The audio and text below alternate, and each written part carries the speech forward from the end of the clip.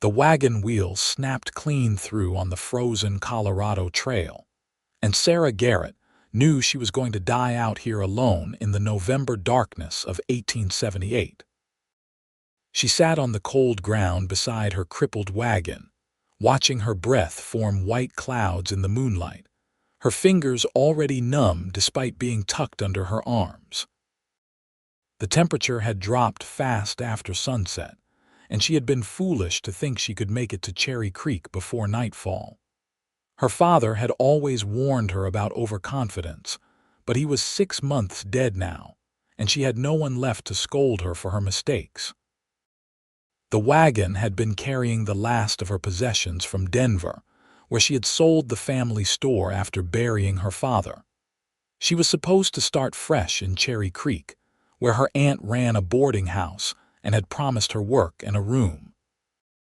Now she would freeze before morning, and no one would find her until spring thawed the trail.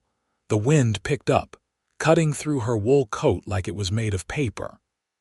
Sarah pulled her knees to her chest and tried to think warm thoughts, but her mind kept wandering to how stupid she had been. The wheel had hit a rock she should have seen, should have avoided. She had been daydreaming about her new life instead of paying attention to the road. Now her horse had run off in fright, and she was stranded 15 miles from anywhere with nothing but a broken wagon and the clothes on her back. She was 21 years old and she was going to die because of a broken wheel. Then she heard hoofbeats. Sarah lifted her head, hope flaring in her chest before caution took over. A lone rider on this trail at night could be anyone. An outlaw, a drunk, someone worse. But she was already dying, so what did it matter? She stood on shaking legs and waved her arms, her voice cracking as she called out. The rider slowed, then stopped about 20 feet away. In the moonlight she could make out a tall figure on a dark horse, a hat pulled low. He sat there for a long moment and Sarah felt her heart hammering. Then he dismounted in one smooth motion and walked toward her, leading his horse. "You hurt?" His voice was deep and rough, but not unkind. "No, my wheel broke. My horse ran."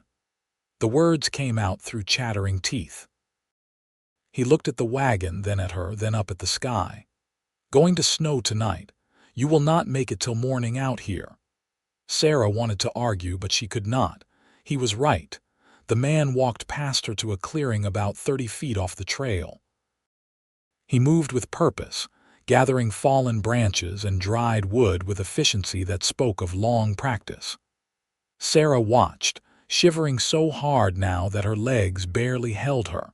Within minutes, he had cleared a spot and was striking flint to tinder. The first sparks caught and he blew gently until flames licked up through the kindling. When the fire was crackling properly, he turned to her. His face was still shadowed by his hat, but she could see the sharp line of his jaw, the broad set of his shoulders. "Come closer," he said. Sarah did not need to be told twice. She stumbled toward the fire and sank down beside it, holding her hands out to the blessed warmth.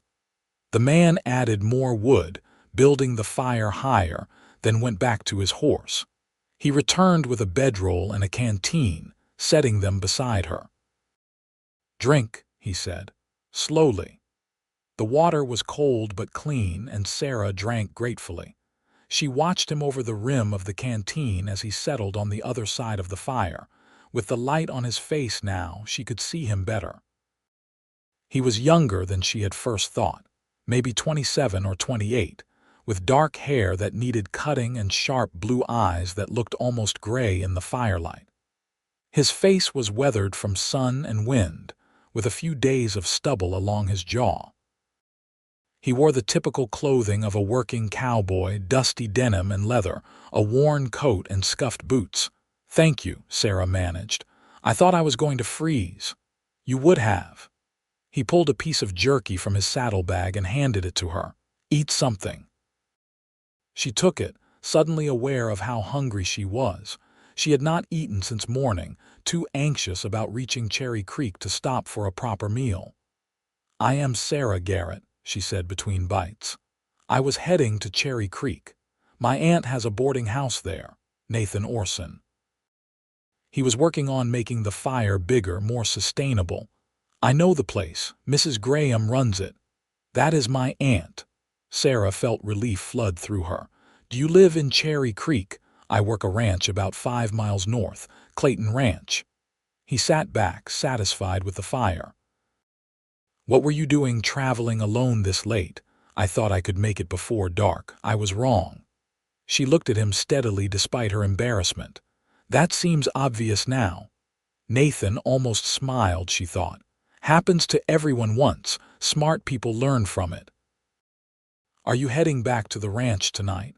I will take you to Cherry Creek in the morning. He said it matter-of-factly, like there was no other option. Too dangerous at night and you need to warm up proper first. Sarah knew she should probably argue, should insist she was fine, but she was not fine and they both knew it. I cannot leave my wagon. Everything I own is in there. We will come back for it. I will fix the wheel and bring it to town. Nathan pulled his hat off and ran a hand through his hair. Nothing in there worth dying for, I expect. He was right, of course. She nodded, pulling the bedroll around her shoulders. The fire was helping, warmth slowly seeping back into her bones, but she still shivered. Nathan stood and unsaddled his horse, a large bay gelding that stood patiently as his owner worked. He hobbled the animal near a patch of grass, then came back to the fire with his saddle and saddlebags. He set them down to make a backrest and settled against them, pulling his coat tighter. You should sleep, he said. I will keep the fire going. You need sleep too. I will manage. His voice was firm. You are the one who nearly froze. Sleep. Sarah wanted to argue, but exhaustion was pulling at her now that she was warm and fed. She lay down close to the fire, the bedroll wrapped around her, and watched Nathan through heavy eyelids. He was adding another branch to the flames, his face thoughtful in the flickering light. She wondered what kind of man stopped to help a stranger on a cold night, who gave up his own comfort without hesitation. In Denver, she had learned that most people looked out for themselves first. Her father had been one of the exceptions, always helping neighbors, always giving credit to families who were struggling. It had nearly bankrupted them twice, but he had never stopped. She missed him with a sudden fierce ache that made her eyes sting. Your father, Nathan said quietly, startling her. You said you buried him 6 months ago. Pneumonia. Sarah blinked back tears. He owned a dry goods store in Denver. I tried to keep it going, but I am not much of a businesswoman and the creditors were circling. My aunt offered me a place in Cherry Creek, so I sold everything and left. Nathan nodded slowly. Hard thing losing family. Do you have family? A sister in Kansas. Parents died when I was 18. He poked at the fire with a stick. I came west after that, been working ranches ever since. Do you like it? The ranch work? He considered the question. I like the horses. I like being outside. The pay is terrible and the winters are brutal, but it beats being indoors all day. Sarah found herself smiling despite everything. I suppose I will find out about the winters. This is my first time living outside of Denver. Cherry Creek is a good town. Small but good people mostly. Your aunt is well liked. Nathan glanced at her. You will do fine there. The confidence in his voice made something warm bloom in her chest that had nothing to do with the fire. She closed her eyes, letting herself relax for the first time in hours. She could hear the crackle of the flames, the quiet sounds of Nathan moving around camp, the distant call of an owl. Despite being stranded on a frozen trail with a strange man, she felt safe. It was an odd feeling, and she did not quite know what to make of it. She must have dozed off because when she opened her eyes again, the fire had been built up even higher, and Nathan was sitting cross-legged on his side, cleaning his rifle. The sky had cleared and stars blazed overhead in their millions, so bright they cast their own faint light. Sorry, Nathan said without looking up. Did not mean to wake you. What time is it?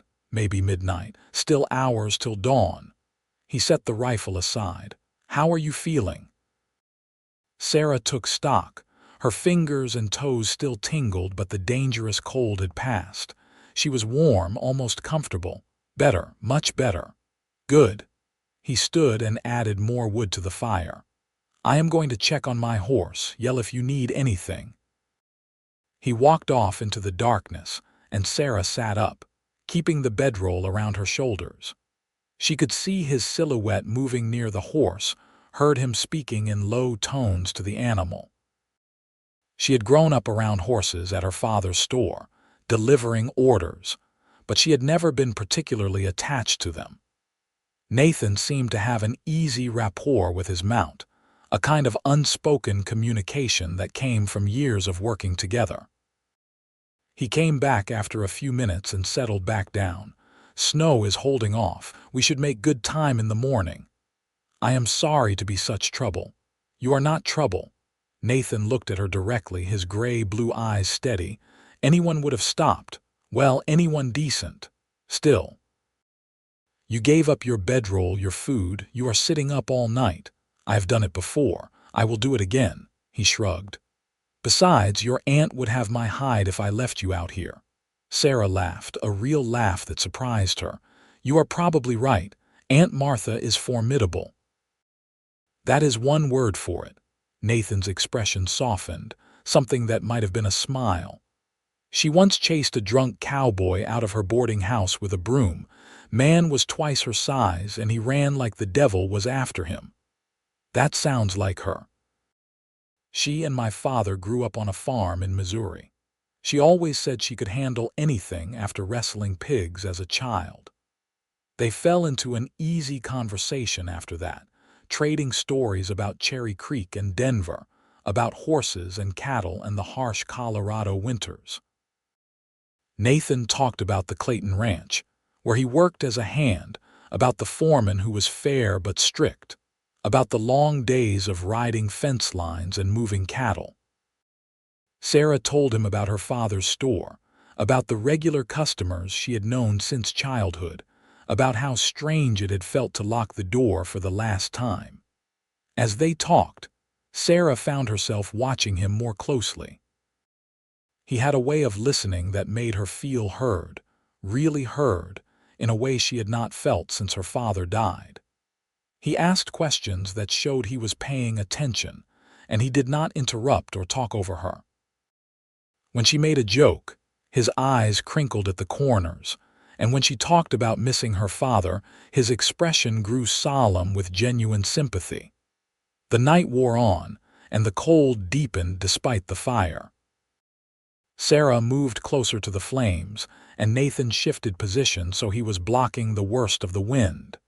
She noticed but did not comment, just felt grateful for his thoughtfulness. You should try to sleep more, Nathan said eventually.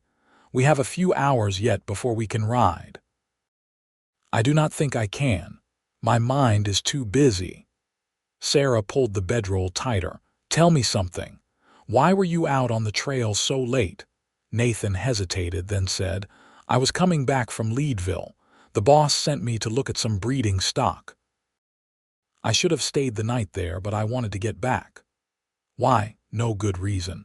I just like sleeping in my own bunk, I suppose. He looked away, and Sarah had the sense there was more to it than that, but she did not press.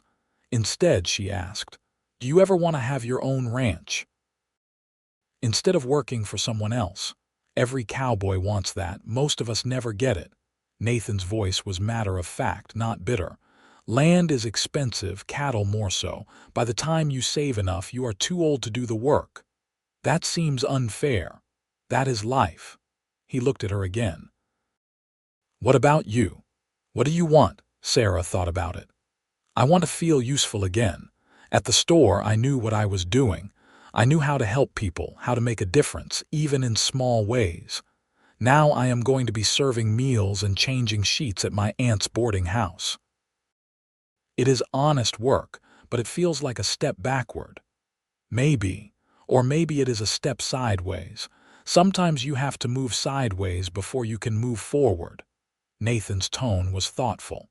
My father used to say that the path to where you are going is rarely a straight line. Your father sounds like he was a wise man. He was stubborn as a mule but wise. Nathan smiled at the memory. He would have liked you. He always respected people who spoke their minds. Sarah felt her cheeks warm, and it was not from the fire. I do not think I am that brave most of the time.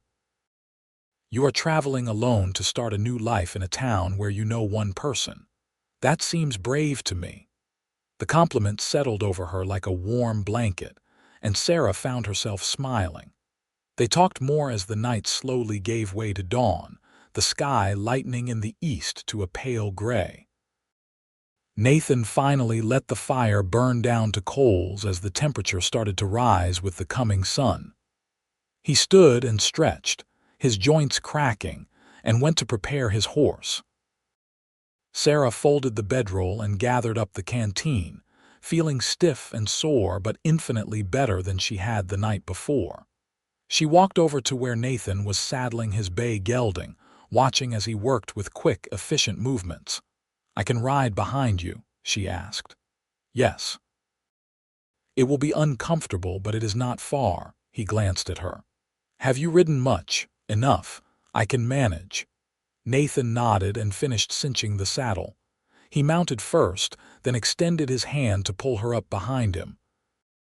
Sarah grasped his hand, feeling the rough calluses and the strength as he lifted her easily onto the horse's back.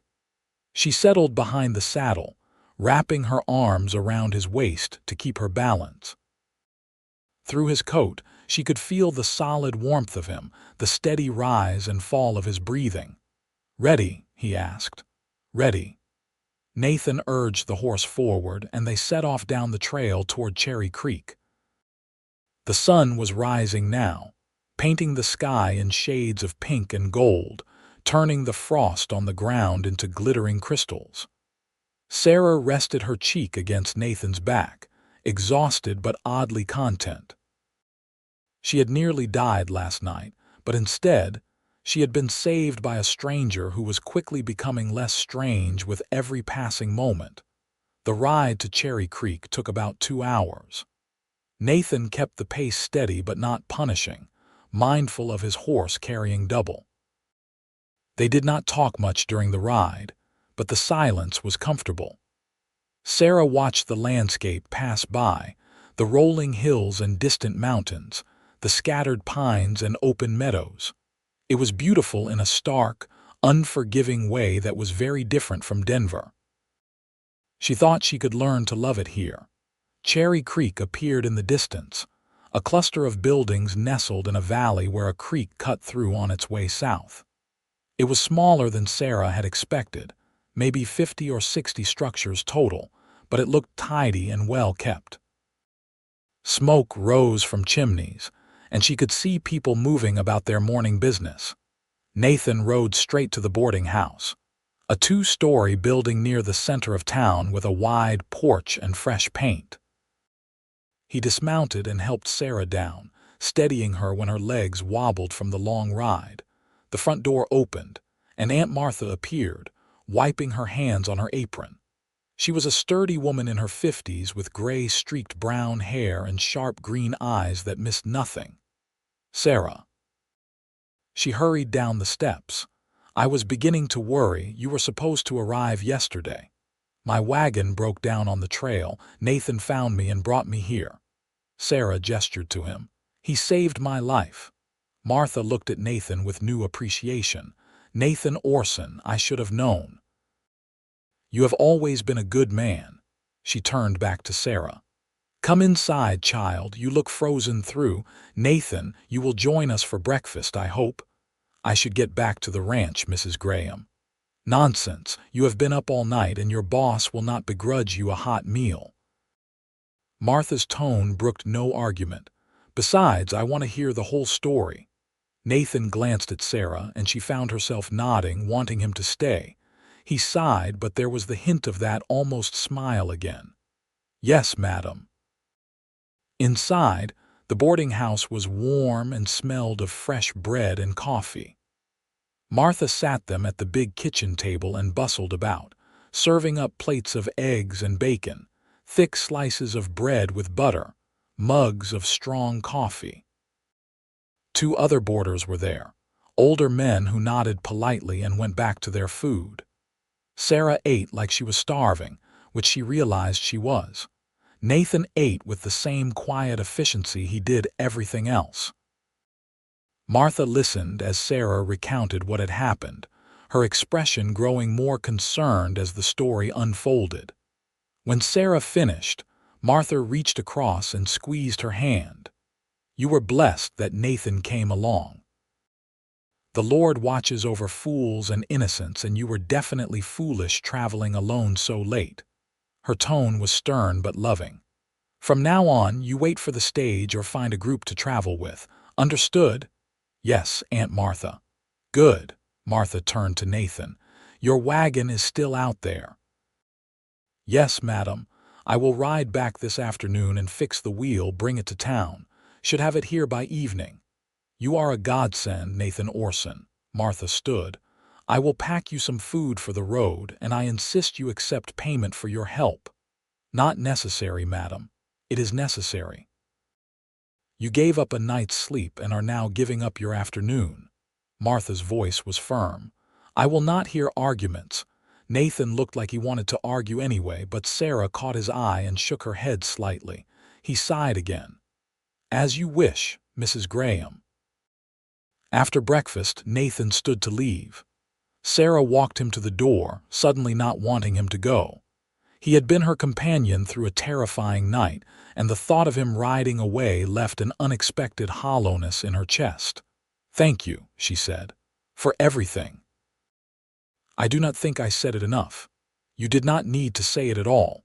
Nathan settled his hat on his head. "I am glad I came along when I did.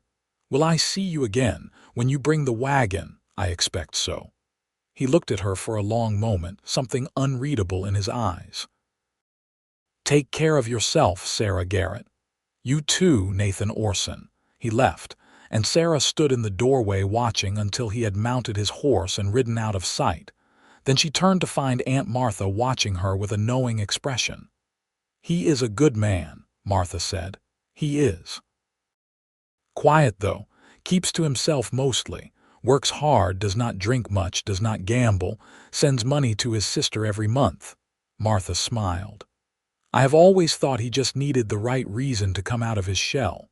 Sarah felt her cheeks heat. "Aunt Martha, I just met him." "Sometimes that is all it takes." Martha put an arm around her shoulders. "Come on, let me show you your room. You must be exhausted." The room was small but clean, with a bed, a dresser, and a window overlooking the street. Sarah's trunk was supposed to arrive with the wagon, but for now, Martha lent her a nightgown and some basic supplies.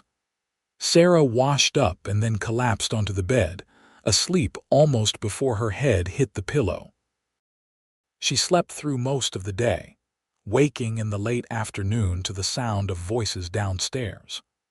She dressed in the same clothes from yesterday, feeling rumpled and travel-worn, and made her way down to find Aunt Martha in the kitchen with another woman, younger, maybe in her early 30s. "Sarah, this is Helen Foster. She helps me run the boarding house." Martha gestured to the other woman who had blonde hair and a friendly smile. "Helen, my niece Sarah." "Pleased to meet you," Helen said. "Martha has told me so much about you. I am sorry about your father." "Thank you." Sarah liked her immediately. There was something warm and genuine in her manner. They spent the next hour going over the boarding house routine, what Sarah's duties would be, the schedule for meals and cleaning. It was straightforward work, and Sarah felt she could manage it easily enough. She would share the room she had been given, and in exchange for her work, she would receive a small wage and her room and board. It was not what she had imagined her life would be, but it was a start. As evening approached, Sarah found herself watching the window, waiting. Finally, just as the sun was setting, she heard the rattle of wagon wheels. She hurried outside to find Nathan driving her wagon, now with a newly repaired wheel, up to the boarding house. He set the brake and climbed down, looking tired but satisfied. "Good as new," he said. Or as new as it was before, anyway. Sarah walked around the wagon, inspecting the wheel. It looked solid, well-crafted. "You are quite skilled." "I have fixed more wagon wheels than I can count. Comes with the job." He began untying his horse, which had been trailing behind the wagon. "Your belongings are all there. I did not go through anything, but I secured the load better so it should not shift on you. Thank you. Again." Sarah looked at him, this man who had done so much for a stranger. "Will you stay for supper? Aunt Martha would want me to ask." Nathan hesitated, and Sarah found herself holding her breath. She wanted him to say yes, wanted more time with him, but she could not quite articulate why. "I should get back," he said finally. "The foreman will be wondering where I am." Disappointment settled in her stomach, but Sarah nodded. "Of course, thank you for bringing the wagon." Nathan mounted his horse, then paused. "I come into town most Saturdays, for supplies and such. I could stop by, see how you are settling in." Sarah's heart lifted. "I would like that." "Saturday, then." He touched the brim of his hat and rode off, and Sarah watched him go with a smile on her face. Aunt Martha appeared beside her. "He is coming back Saturday," he said. "He might stop by." "Might. That man will be here Saturday." Martha chuckled. "Mark my words." Sarah helped unload the wagon, carrying her trunk and boxes up to her room. It felt good to have her things around her again, familiar objects that connected her to her old life. She found her father's watch in one box, the silver case tarnished but still ticking, and held it for a long moment, missing him fiercely. That night, she lay in bed and thought about Nathan. About his steady calm, his capable hands, the way he had cared for her without asking for anything in return. She thought about the way he listened, really listened, and the almost smile that softened his weathered face. She barely knew him, but there was something there, something she wanted to explore. Saturday seemed very far away. The week passed in a blur of work. Sarah fell into the routine of the boarding house quickly, helping Martha and Helen cook and clean, serve meals, and change linens. The boarders were mostly older men, a few miners, a clerk from the general store, a retired army officer. They were polite and kept to themselves, which made the work easier. Cherry Creek itself was a pleasant town. Sarah explored it in her spare moments, getting to know the shopkeepers and the layout. There was a general store, a blacksmith, a saloon, a church, a small schoolhouse. Everyone seemed to know everyone else, and news traveled fast. By her second day, half the town knew she was Martha Graham's niece, and that Nathan Orson had rescued her on the trail. People were friendly, welcoming her with smiles and introductions. But it was Nathan she thought about most. She found herself watching the road on Saturday morning, trying not to be obvious about it. Aunt Martha caught her looking out the window for the third time and laughed. "He will be here, child. Have some patience." Sarah tried, but patience had never been her strong suit. She busied herself with baking, making an apple pie because Aunt Martha said Nathan had a sweet tooth. Around noon, she heard hoofbeats and looked out to see Nathan riding up, along with another cowboy she did not recognize. She hurried outside, brushing flour off her apron. Nathan dismounted, and the other cowboy did the same. He was younger, maybe 22 or 23, with sandy hair and an easy grin. "Sarah, this is Tom Riley. He works at Clayton Ranch with me." Nathan made the introduction smoothly. "Tom, Sarah Garrett. Pleased to meet you, Miss Garrett." Tom had a friendly, open manner. "Nathan has told me about your adventure on the trail. I hope he did not make it sound too dramatic. On the contrary, he downplayed it as much as possible. That is Nathan for you." Tom's grin widened. "But we are glad you are safe." Aunt Martha appeared and invited them both in for lunch. They gathered around the kitchen table, and Sarah served up stew and fresh bread. Tom kept up a steady stream of conversation, telling stories about the ranch, about the foreman's new horse that no one could ride, about the upcoming harvest dance that the town threw every November. "You should come, Miss Garrett," Tom said. "Everyone in town will be there. It is quite the event." "I do not know. I am not much of a dancer. Neither is Nathan, but that has never stopped anyone from asking him." Tom shot his friend a teasing look. "Last year, Mrs. Patterson cornered him for 3 dances in a row. I thought he was going to climb out a window." Nathan's ears turned slightly red. "Mrs. Patterson is a kind woman who recently lost her husband. I was being polite. You were being tortured, and we all knew it." Tom laughed. "But seriously, Miss Garrett, you should come. It is a good way to meet people." Sarah glanced at Nathan, who was studiously eating his stew. "Maybe. When is it?" "2 weeks from tonight, at the church hall." Tom looked pleased. "You will love it." "Well, as much as anyone can love a bunch of cowboys trying to remember which foot is which." After lunch, Tom said he needed to pick up supplies at the general store, leaving Nathan and Sarah alone on the porch. Nathan leaned against the railing, looking out at the street, and Sarah settled into one of the chairs. "Your friend is very friendly," she said. "Tom is a good man." "Talks too much, but good." Nathan glanced at her. "He is right about the dance, though. It is a big event here. You would enjoy it. Will you be there, I suppose? Hard to avoid it in a town this small." He paused. "I could save you a dance if you like." Sarah felt warmth spread through her chest. "I would like that very much."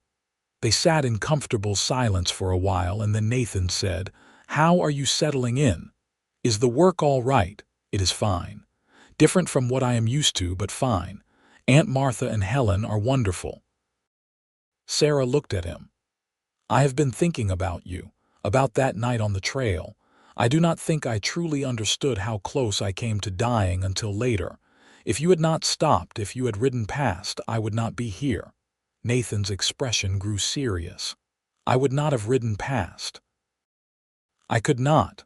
"Why?" He seemed to struggle for words. "Because it would not have been right, because you needed help, because I would want someone to do the same for me." He met her eyes. "Because from the moment I saw you standing there in the moonlight, shivering and brave, I knew I could not leave you." Sarah's breath caught. There was something in his voice, in his eyes, that made her heart race. "Nathan." "Sorry, that was too much." He straightened, looking uncomfortable. "I should go find Tom. We have more errands to run." "Do not apologize." Sarah stood and moved closer to him. "I am glad you stopped. I am glad you stayed. I am glad you are here now." Nathan looked at her, and this time the almost smile became a real one, small but genuine. "So am I." Tom reappeared, loaded down with packages, and the moment passed. Nathan helped his friend load the supplies onto his horse, and then they both mounted up. Sarah walked them to the edge of the porch. "See you at the dance?" Tom asked cheerfully. "Yes, I will be there." "Excellent. Save a dance for me, too." Tom tipped his hat and rode off. Nathan lingered for a moment. "Saturday," he said. "I will come by again next Saturday, if that is all right." "It is more than all right." He nodded and rode after Tom, and Sarah watched until they disappeared around a corner. Aunt Martha came out and stood beside her. "That man is smitten with you," she said. "You think so. I know so. I have seen that look before. He is trying not to show it, but it is there." Martha squeezed her shoulder. "The question is, how do you feel about him?" Sarah thought about it. "I like him, more than I expected to. He makes me feel safe but also seen, if that makes sense. Like he pays attention to who I really am, not just what he wants me to be. That is a rare gift. Your uncle was like that." Martha's voice softened. "He died 10 years ago, and I still miss him every day. But I would not trade the time we had for anything." "Were you afraid when you realized you loved him?" terrified. "Love is always a risk, but the alternative is being alone, and that is its own kind of fear." Martha looked at her niece. "You are young yet. You have time, but do not let fear keep you from something good." Sarah nodded slowly. She had been so focused on survival for the past 6 months, on getting through each day after her father died, that she had not thought about love or happiness or any of that. Now, suddenly, it seemed possible again. Nathan had opened a door she thought had closed forever, and she wanted to walk through it, even if it scared her. The next 2 weeks passed both quickly and slowly. Nathan came by every Saturday, sometimes with Tom, sometimes alone.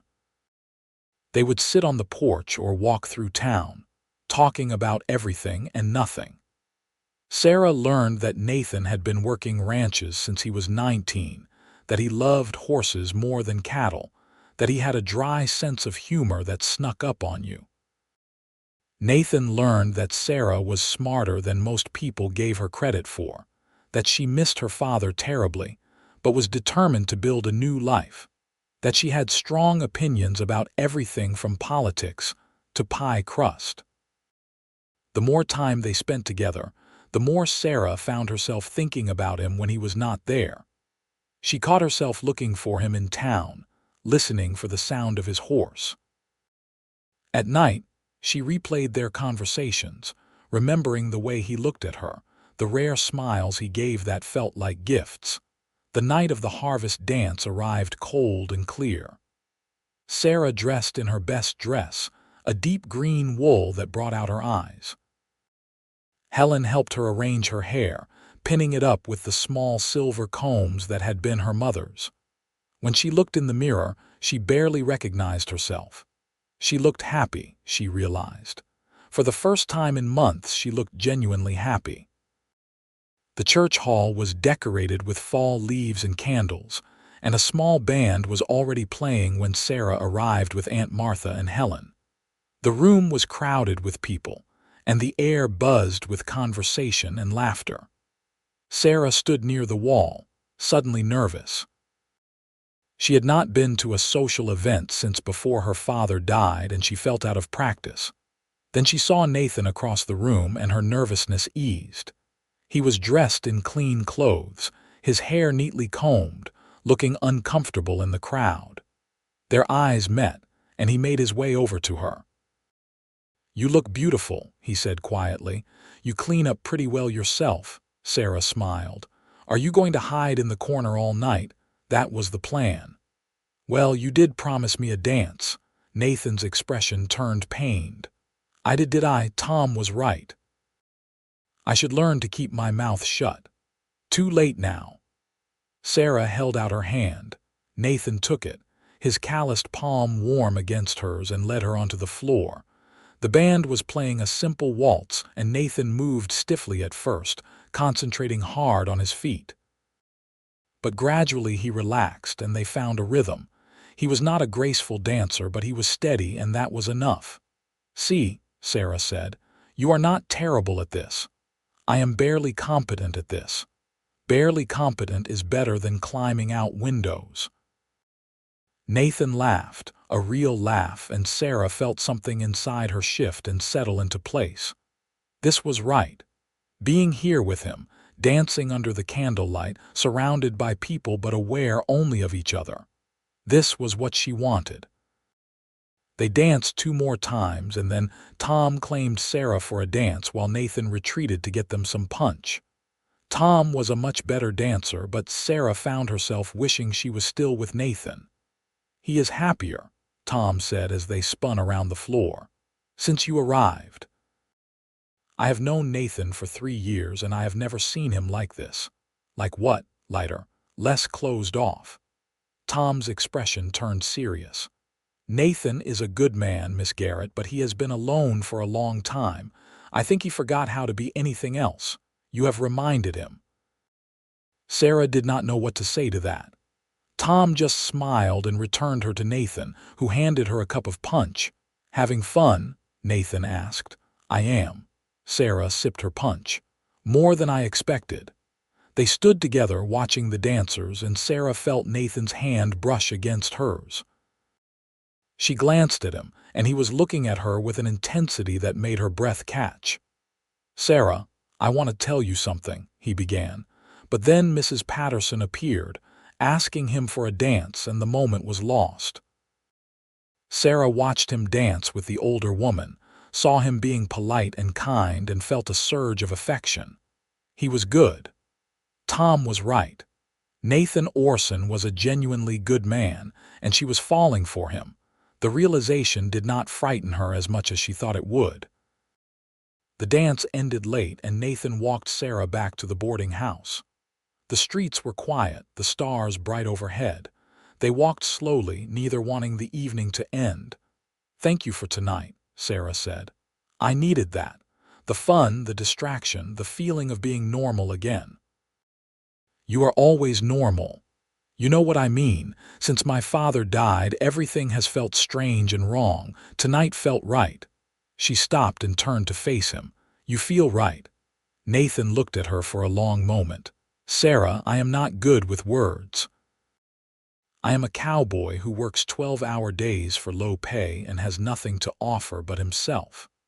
But I need you to know that I think about you all the time, that I look forward to Saturdays more than anything else in my week.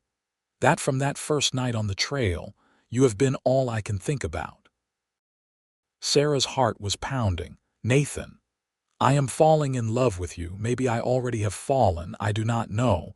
I just know that when I am with you, everything makes sense in a way it never has before." He took her hands in his. "I do not expect you to feel the same. I just needed you to know." Sarah felt tears prick her eyes, but they were happy tears. "I do feel the same.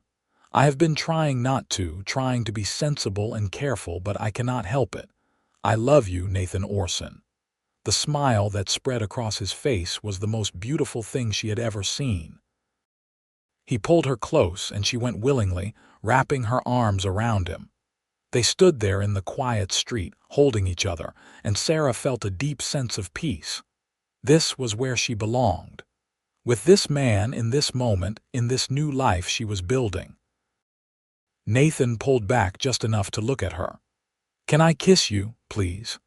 He kissed her gently, tentatively at first, and then with more confidence when she responded. It was a perfect kiss, warm and sweet and full of promise. When they finally broke apart, they were both smiling. "I should let you go inside," Nathan said reluctantly. "It is late. Will I see you tomorrow? Wild horses could not keep me away." Sarah laughed and kissed him once more before heading inside. Aunt Martha was waiting in the parlor, trying to look like she had not been watching from the window. "That looked like it went well," she said innocently. "It did." Sarah hugged her aunt impulsively. "It went perfectly." The next few months were the happiest of Sarah's life. She and Nathan saw each other as often as his work allowed, which turned out to be more than she expected. He would ride into town on his days off, and they would walk together, or sit on the porch talking, or help Aunt Martha with chores around the boarding house. On Sundays, they attended church together, sitting side by side in the pew, and the whole town smiled to see them. Winter came hard to Cherry Creek, bringing snow and bitter cold. Nathan worried about Sarah, making sure the boarding house had enough firewood, checking the windows for drafts. He taught her how to really ride a horse, taking her out on his days off, showing her the rangeland around Clayton Ranch. She was a quick learner, and soon they were riding together regularly, exploring the valleys and hills, sometimes packing a lunch and spending the whole day out under the wide Colorado sky. On Christmas Eve, Nathan asked her to marry him. They were sitting in the parlor of the boarding house, watching the fire, and he suddenly got down on one knee. He did not have a ring, but he had something better. A small wooden box carved with intricate patterns that opened to reveal a pair of silver earrings that had belonged to his mother. "I want to spend my life with you," he said simply. "Will you marry me?" Sarah said yes through happy tears, and they kissed while Aunt Martha applauded from the doorway. They were married in the spring, on a warm April day when the wildflowers were blooming across the meadows. The whole town came to the wedding at the little church. Tom was Nathan's best man, and Helen stood up for Sarah. Aunt Martha cried through the whole ceremony, dabbing at her eyes with a handkerchief. After the wedding, there was a celebration at the boarding house. Martha had cooked for days, and the table groaned under the weight of food. There was music and dancing and laughter and joy. Sarah had never felt so loved, so surrounded by community. These people had welcomed her, accepted her, made her one of their own. Nathan had saved up money to rent a small house on the edge of town, 2 rooms and a kitchen, with a little barn for the horses. It was not much, but it was theirs. That night, as they lay together in their new bed, Sarah felt complete in a way she had not since her father died. She had a home again, a family, a future. "I love you," she whispered in the darkness. "I love you too." Nathan's arms tightened around her. "Thank you for saying yes that night, for trusting me. Thank you for stopping, for building that fire, for telling me to come closer." Sarah smiled against his chest. "You saved me in more ways than one." The first year of marriage was an adjustment. Nathan's work kept him busy, and Sarah continued to help at the boarding house, though less now that she had her own home to manage. They learned each other's rhythms, each other's moods. They had their first fight over something silly, and then their first reconciliation, which was sweet and tender. They settled into a life together, and it felt right. In the fall of their first year, Sarah realized she was pregnant. She told Nathan on a Saturday morning, and he lifted her off her feet, spinning her around the kitchen, laughing with pure joy. They told Aunt Martha that afternoon, and she immediately started knitting baby clothes. The pregnancy was not easy. Sarah was sick for the first few months, and then in the last trimester, she swelled up and could barely move. Nathan was terrified something would happen to her, hovering constantly until she finally snapped at him to give her space. But even through the discomfort and fear, Sarah was happy. She was building a family with the man she loved. Their son was born on a freezing February night in 1880. The labor was long and difficult, and Nathan paced outside the bedroom while Aunt Martha and Helen attended to Sarah. When he finally heard the baby's cry, he burst into the room, going straight to Sarah's side. "A boy," Martha said, placing the squirming bundle in Sarah's arms. "Healthy and strong." Sarah looked down at her son, at his tiny face and dark hair, and felt her heart expand. Nathan sat beside her on the bed, his arm around her shoulders, staring at their child with wonder. "He is perfect," Nathan whispered. "He is." Sarah looked up at her husband. "What should we name him?" They had discussed names for months but had never settled on one. Now, looking at their son, Nathan said, "William, after your father." Tears filled Sarah's eyes. "Are you sure?" "I am sure. Your father was a good man, and his grandson should carry his name." So William Nathan Orson came into the world, and Cherry Creek celebrated with them. The house was filled with visitors for weeks, bringing food and gifts, admiring the baby. Tom came by almost daily, clearly besotted with his new role as honorary uncle. Life with a baby was exhausting and wonderful in equal measure. William was colicky and did not sleep well, which meant neither did Nathan and Sarah.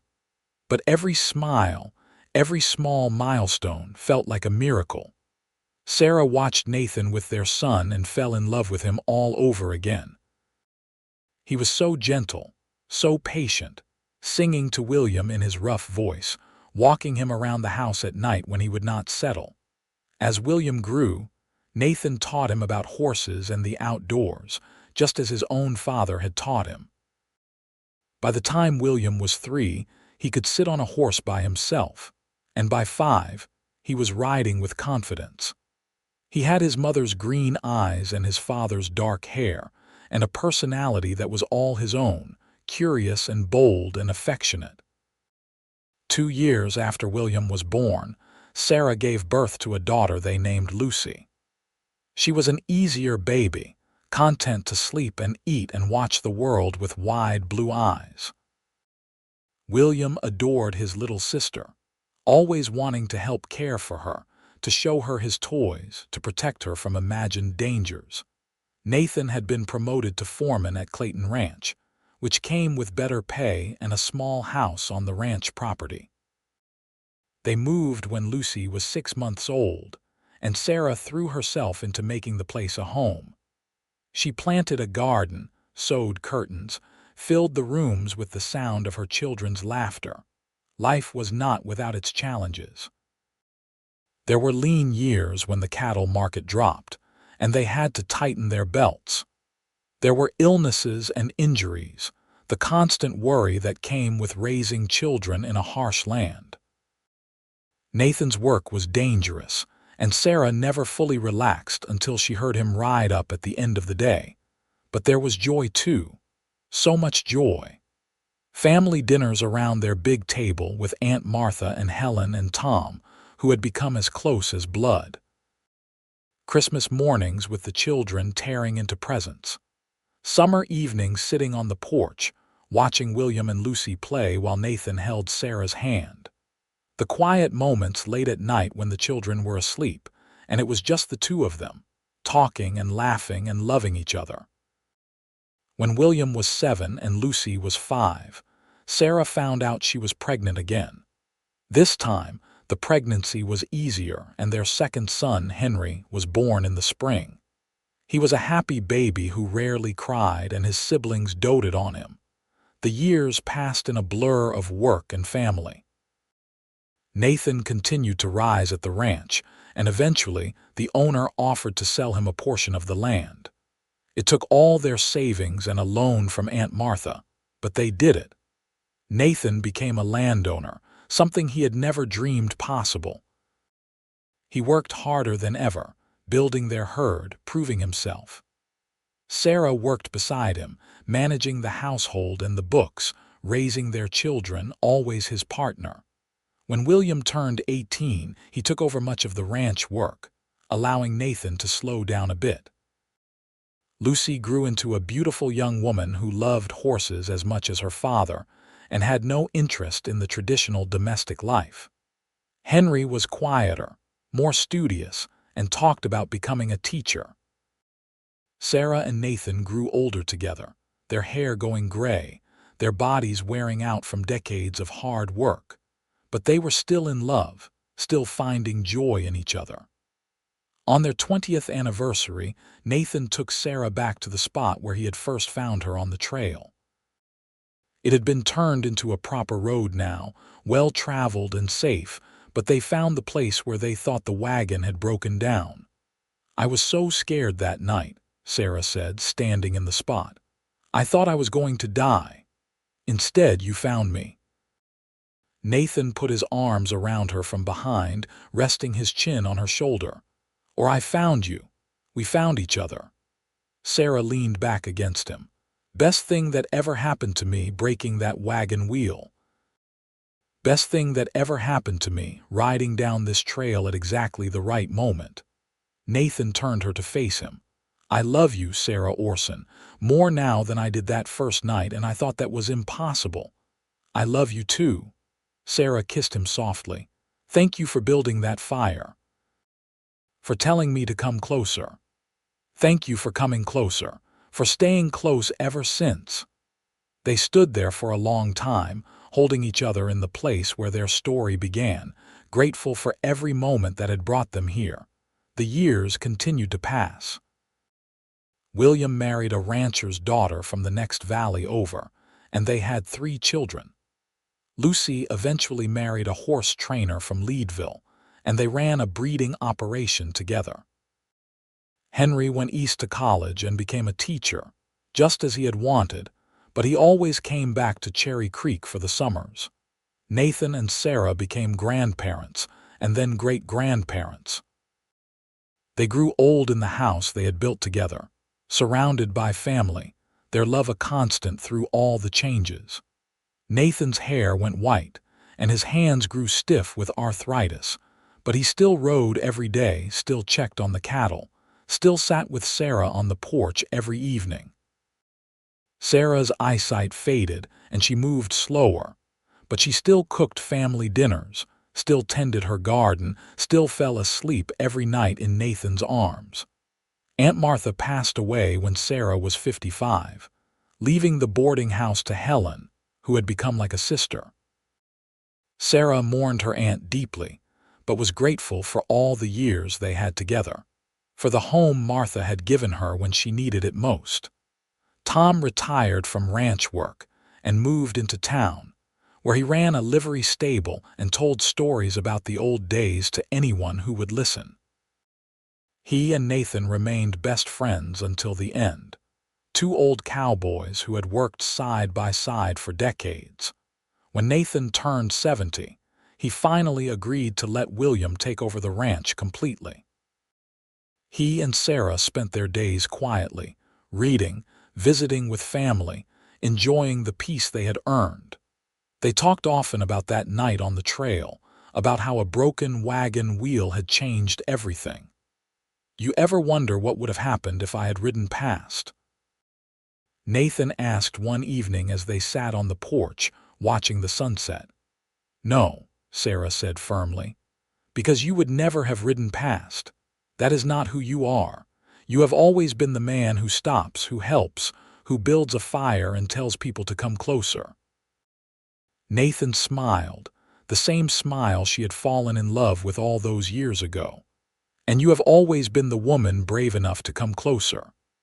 They sat together as the sun went down, their hands clasped, their lives intertwined completely. It had been a good life, Sarah thought. A hard life in many ways, but a good one. She had known love and family and purpose. She had built something that would last beyond her, children and grandchildren who carried forward the values she and Nathan had tried to instill. She had been shivering in the cold night, lost and alone, and the cowboy had built a fire and said, "Come closer." And she had, and it had made all the difference. Nathan died peacefully in his sleep at 73, Sarah beside him. She held his hand and told him she loved him one last time, and then he was gone. The whole town mourned him, remembering his kindness and quiet strength. They buried him in the Cherry Creek Cemetery, under a big cottonwood tree, with a view of the mountains he had loved. Sarah lived another 5 years, surrounded by her children and grandchildren. She told them stories about their grandfather, about the night he saved her, about the life they had built together.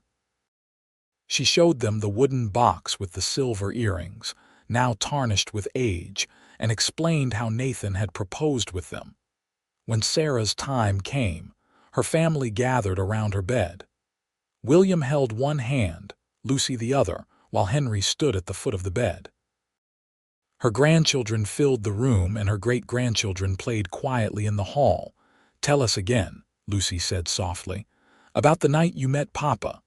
Sarah smiled, her voice weak but clear. "I was shivering in the cold night, thinking I was going to die. Then I heard hoofbeats, and there he was. He built a fire, and when it was burning bright, he looked at me and said, 'Come closer.'" Her eyes grew distant, remembering. "So I did, and I spent the rest of my life staying close to him." "He was a good man," William said, tears in his eyes. "The best man." Sarah squeezed his hand. "And you are all his legacy, every one of you. You carry his kindness and strength forward into the world." She closed her eyes, tired now. She could almost see Nathan waiting for her, standing by a fire, his hand extended. "Come closer," he was saying. Sarah took a deep breath and let it out slowly. Then she went closer, and her family, through their tears, knew she was at peace. They buried her beside Nathan under the cottonwood tree. The headstone read, "Sarah Garrett Orson, beloved wife, mother, grandmother." She came closer and stayed close. Years later, when people in Cherry Creek told stories about the old days, They always mentioned Nathan and Sarah Orson, the cowboy and the woman whose wagon broke down, whose love story began on a frozen trail and lasted a lifetime. It became part of the town's history, a reminder that sometimes the worst moments lead to the best outcomes, that kindness can change everything, that love is worth the risk.